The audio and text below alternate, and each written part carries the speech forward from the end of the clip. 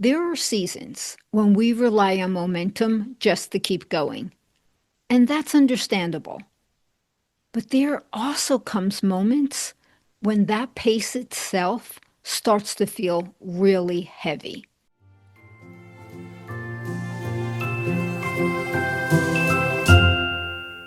Hi, friend. I'm really glad you're here today. If this is your first time listening, welcome. I'm Lucy Ann, and this is Amazing by Design, a space where our faith meets us in real life and where we slow down long enough to notice what might be happening beneath the surface of our everyday lives and invite God into those places. I want to begin today's conversation with something that may feel, well, a bit familiar.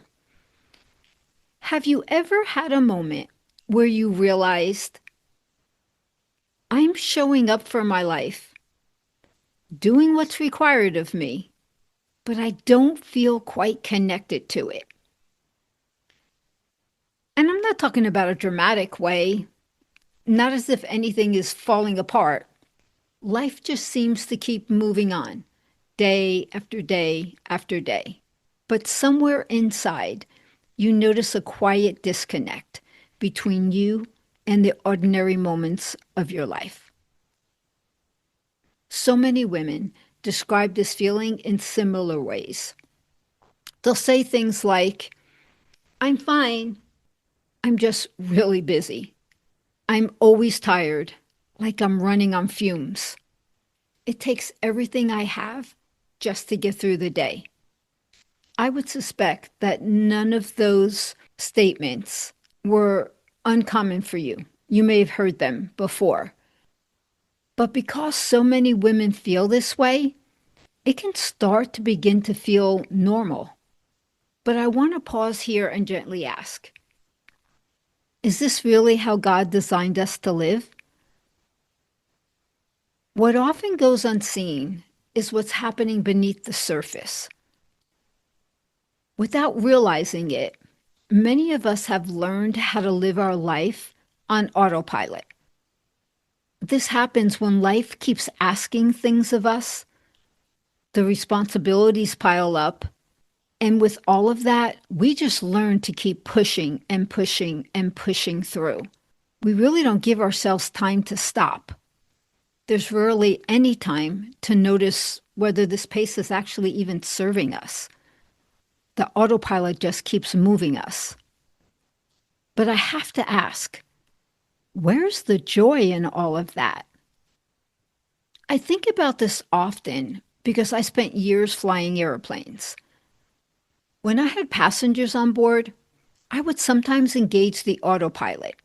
In doing so, it ensured a smoother ride and it allowed me to just sit back and monitor the systems.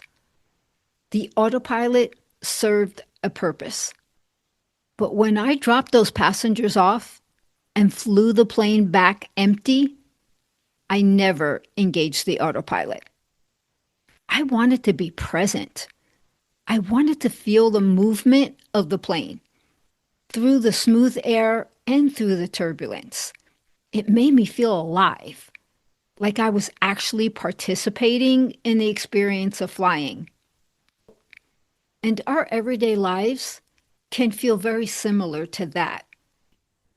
We unknowingly keep the autopilot on just so that we can get through the day as smoothly as possible. But over time, that can quietly disengage us from our own lived experience. Think about this. It's very possible to be breathing and to be functioning and yet not feel fully alive inside your very own life. Now, if that resonates with you, I want you to hear this right away. There's no shame in that. And here's something important I've learned about awareness. Awareness doesn't show up when we demand it. It shows up when we finally stop long enough to notice. Awareness isn't loud.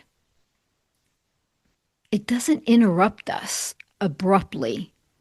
It waits patiently until we are willing to notice what's really happening beneath the surface. And often that noticing, it comes quietly.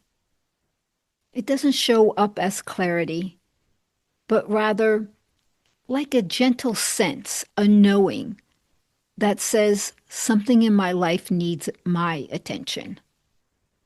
And again, this doesn't happen only because something has gone drastically wrong, but rather it's because something within you wants to be more connected to your everyday life.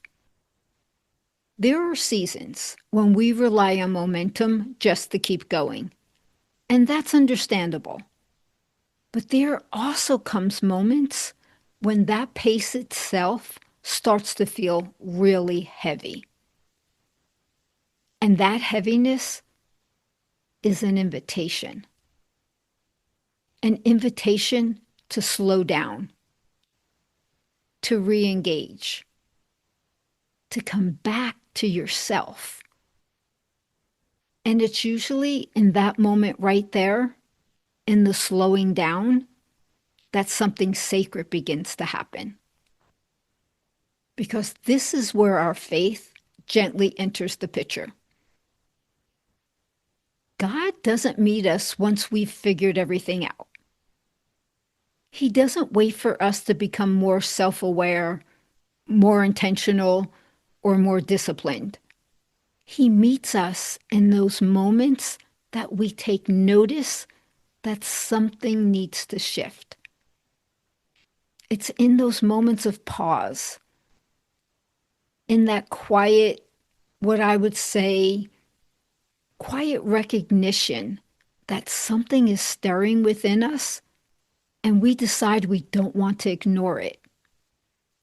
Scripture tells us that Jesus came that we would have life and have it abundantly. He didn't come so that we could just survive or just function, but he came to give us a life that is full from the inside out. Not full of activity, busyness, not full of noise, but full of peace from his presence. And I have learned this. Awareness, it's often the doorway back to that kind of life. And I know this because it's how I live now. I'm no longer content with things looking fine on the outside while I'm totally disconnected on the inside. I have lived that way before, and it's definitely not the life Jesus came to give me. I realized that I wanted a life that I felt personally connected to, a life that feels honest, a life where I carry only what's mine to carry, and a life where I am okay with asking for help when and if I need it. A life that allows me to feel alive in every way, even in the ordinary moments. Things shifted for me when I realized that I had been moving so fast that I wasn't checking in with my own heart. And when I slowed down long enough to notice, that's where God met me. He didn't meet me with correction. He certainly didn't put pressure on me, but he met me with his loving presence. I want to state something clearly here.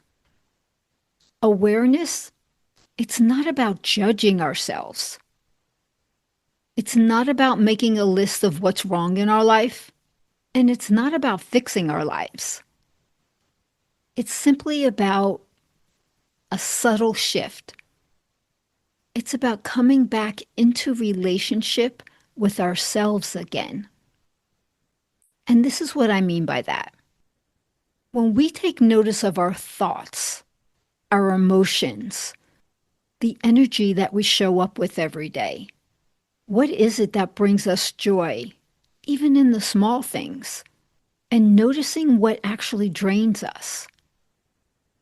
Coming back to that realization of what's serving us and what isn't serving us in our own lives, we don't take notice of those things so that we can change everything immediately, but that we can become honest about what's actually happening within us. And that place of honesty, that's holy ground. As awareness returns, something interesting begins to happen. We start noticing more of what makes us feel alive, more of what depletes us, and where we've gone quiet inside. And we notice what we've been carrying alone.